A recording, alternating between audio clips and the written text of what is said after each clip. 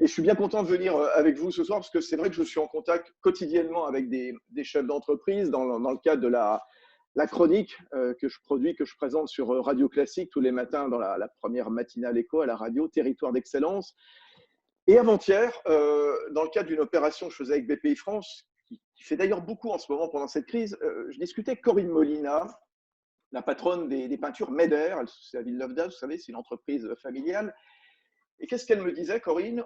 Durant cette crise, on a osé, on a fait preuve d'agilité pour s'adapter avec le télétravail, avec la digitalisation, pour répondre plus facilement aux clients. Et les collaborateurs se sont dépassés, ils ont fait des choses différentes. On a su aller plus vite qu'avant la crise, on a appris à sortir du cadre, on a su trouver des solutions, ce qu'elle me disait. Et la suite justement, ça va nous conduire à repenser les organisations, renforcer l'innovation, réfléchir planète, environnement, avec le covoiturage, le télétravail, et surtout réfléchir sur qu'est-ce qui a de la valeur, qu'est-ce qui n'en a pas ou plus. Et un mot fondamental à ses yeux, c'était le mot essentiel. Vous savez, alors, pas uniquement les fameuses activités essentielles qui font que certains magasins sont ouverts plus que d'autres, non. Cette notion d'essentiel, il va falloir dire ce qu'il est ou pas dans une entreprise. D'où les questions qu'on va aborder tous ensemble ce soir, tous les quatre, avec vous tous qui nous suivez, donc plus d'une centaine.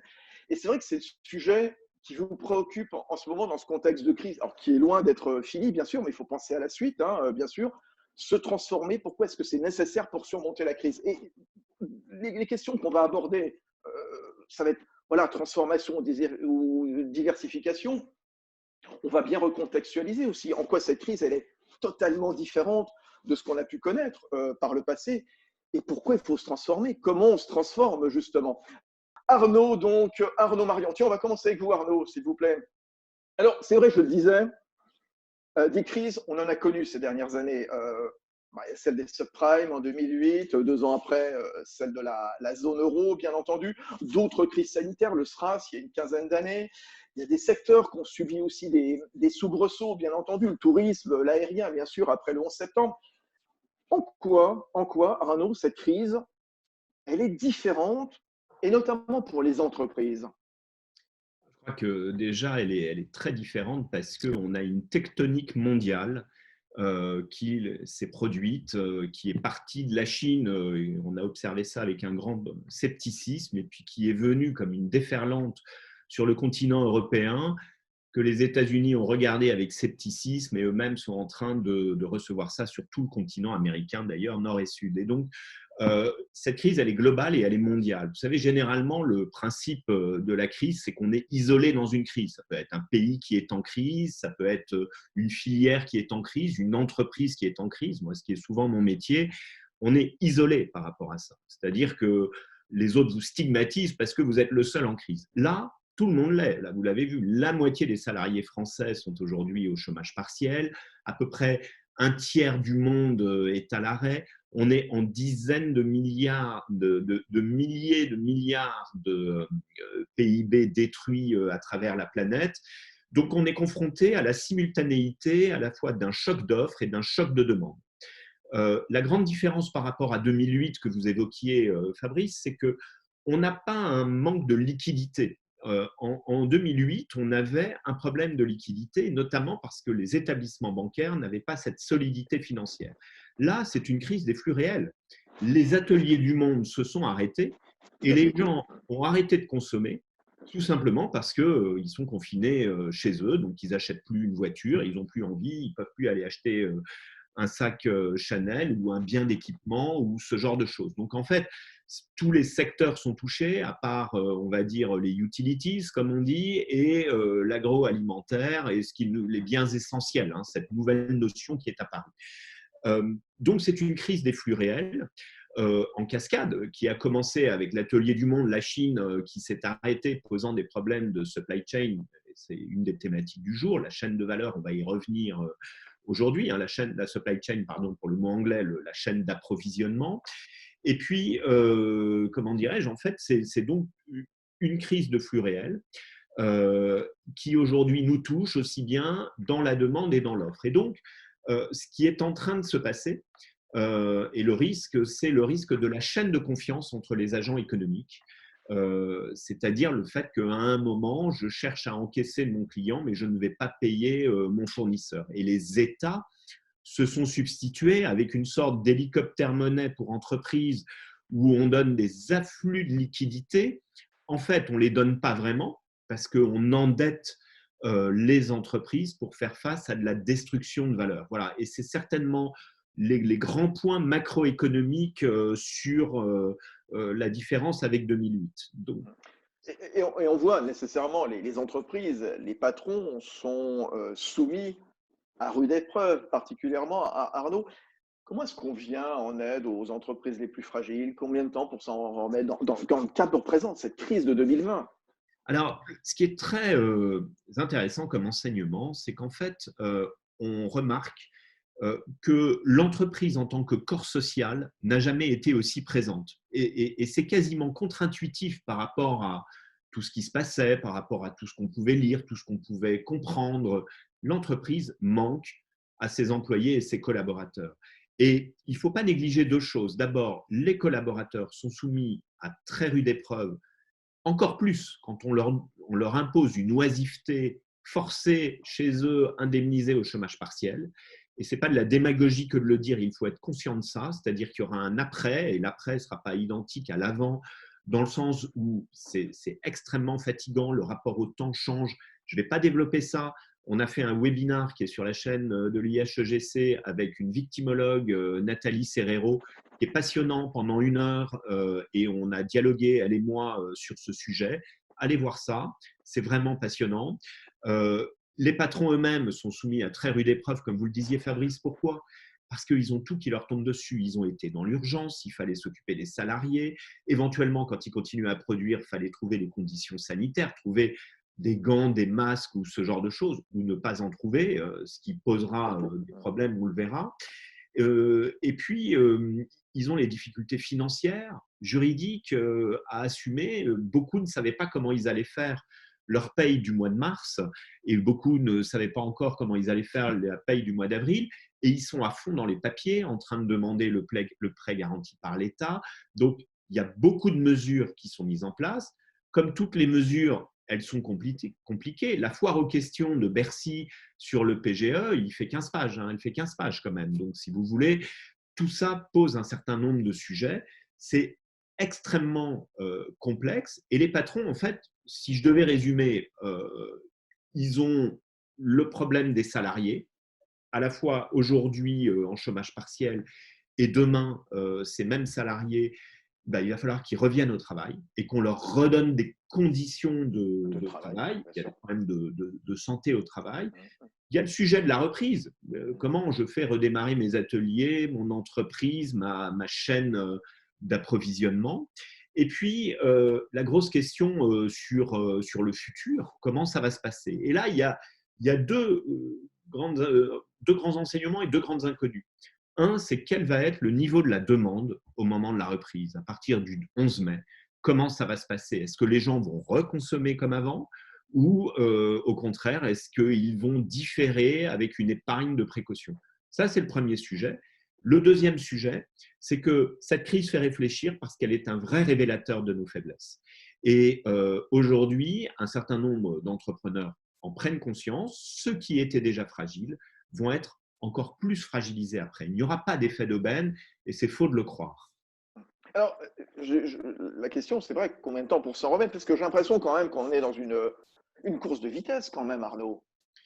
Alors ça, la vitesse, ça va être l'élément fondamental. Vous savez, dans la gestion des crises, le temps, c'est à la fois l'allié et l'ennemi. C'est-à-dire qu'il faut savoir gagner du temps parfois, acheter du temps, ne jamais en perdre.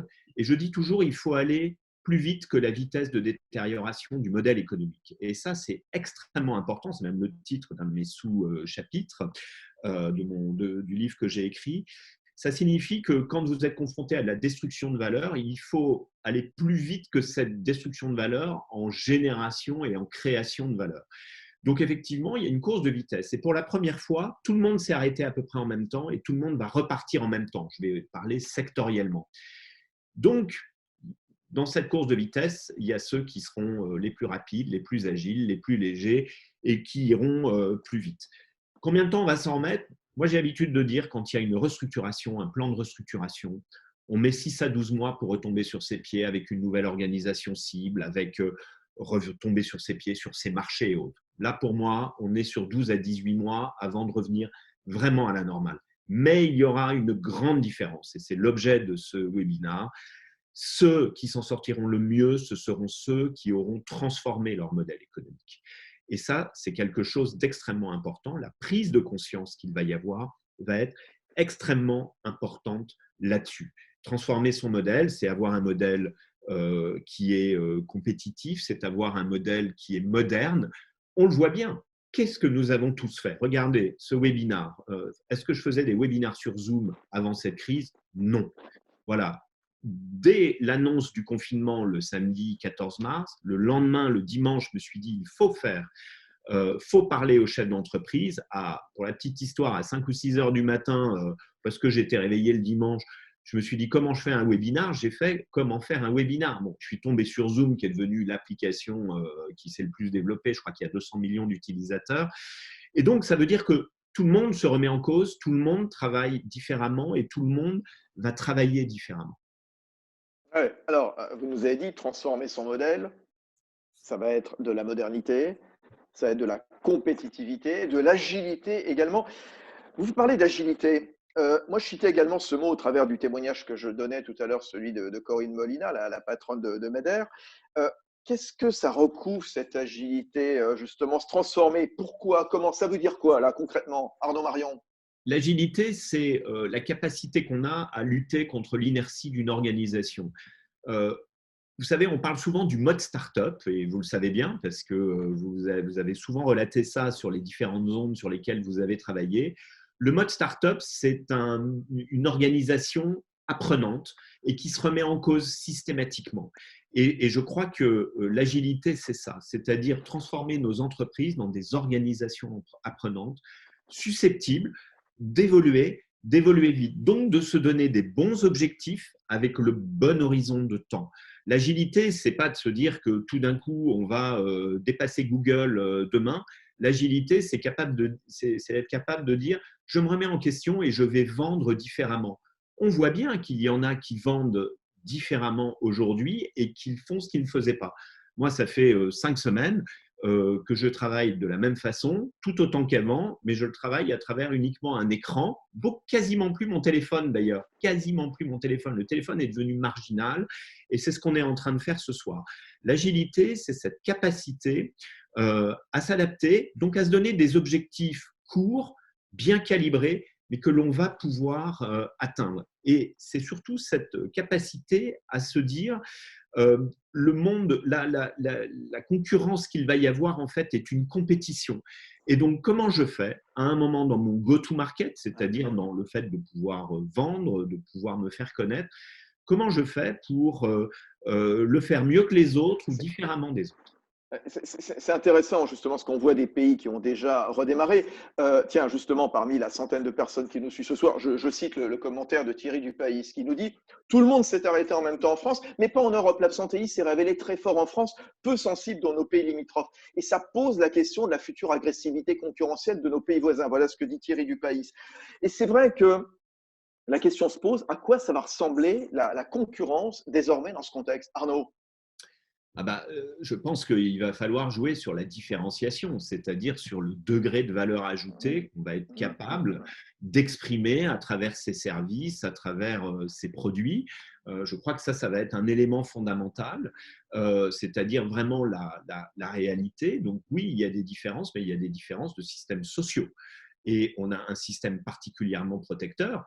En France, à titre personnel, je suis contre le fait de payer à 100% des salariés pendant le chômage partiel, même si c'est sympathique pour eux, pour une raison très simple, c'est que quand il faudra reprendre le travail, ils ne verront pas la différence et ils préféreront, à prix équivalent, à rester chez eux, à regarder Netflix, qu'à aller travailler. Donc, effectivement, la compétition, quand je parle de compétition, c'est qu'effectivement, tout le monde ne se sera pas entraîné de la même façon, tout le monde n'aura pas arrêté de la même façon. Là, je crois qu'il est grand temps de reprendre le travail. Ça signifie qu'il va falloir changer, qu'il va falloir transformer nos modèles. On va y venir à travers la chaîne de valeur et à travers l'expérience utilisateur aujourd'hui. Et il n'y a pas de changement sans acteurs du changement. Donc la différenciation va être quelque chose d'extrêmement important. Moi, je crois que, vous savez, on est à l'heure où tout le monde cherche de l'argent pour pouvoir survivre pendant cette crise, en tout cas les entreprises, les acteurs économiques. On est donc à l'heure où il ne va pas falloir financer le monde d'hier, il va falloir financer le monde à imaginer pour demain. Il y a des secteurs, je parlais de secteurs extrêmement touchés. Aujourd'hui, bien évidemment, il faut aider les secteurs de l'automobile, non pas à survivre dans cette crise et dans cette après-crise, mais à transformer radicalement leur modèle pour qu'ils puissent être pérennes à partir du moment où on sait tous que les véhicules thermiques sont, par exemple, condamnés. Donc, effectivement, ça va être ça. Qu'est-ce qu'on va être capable de flécher comme moyen, mais avec quels objectifs? Et on va pas s'apercevoir que ces objectifs, il nous faut en fait quoi? Des entreprises plus grandes, plus fortes. Il faut que l'entreprise se transforme, mais qu'elle intègre les facteurs d'influence externes qui sont les siens, celui de la responsabilité sociale et environnementale, celui du climat, celui de la biodiversité, selon le secteur dans lequel on travaille. Et puis, on va avoir besoin, comment dirais-je, de se créer une résilience. Les entreprises françaises sont peut-être moins résilientes que les autres, donc on va avoir besoin d'élargir ce champ de conscience et on va voir qu'effectivement, les concurrences, parfois sur deux produits strictement identiques, ne se font pas de la même façon. Si je prends l'exemple, pour terminer ce propos, de Vélib que j'ai présidé, et mon ami Jérôme Valu a travaillé avec moi sur ce sujet, sans déflorer ce qu'on dira tout à l'heure dans la dernière partie, la différence entre un Vélib et un Jump, c'est pas le vélo, c'est ça.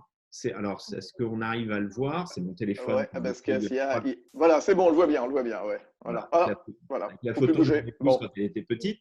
Bon, et donc, on c'est salue. ça la différence, c'est l'expérience utilisateur. C'est là où il va falloir changer, se transformer. Voilà, l'expérience utilisateur, ça, on en reparlera spécialement tout à l'heure avec Jérôme Valu, la supply chain, dans un instant. Et d'ailleurs, voilà, on va le voir, certaines priorités vont changer. C'est le commentaire notamment de Charles Gachinière qui nous dit: je pense que ça va remettre en cause certaines habitudes managériales. Oui, on y reviendra d'ailleurs tout à l'heure. Arnaud, on va se retrouver dans un instant. Et c'est vrai qu'on l'a vu avec vous, les entreprises plus grandes, plus fortes à terme, se transformer, ça va permettre d'être résilient quelque part. Et la crise sanitaire sera probablement un accélérateur du changement.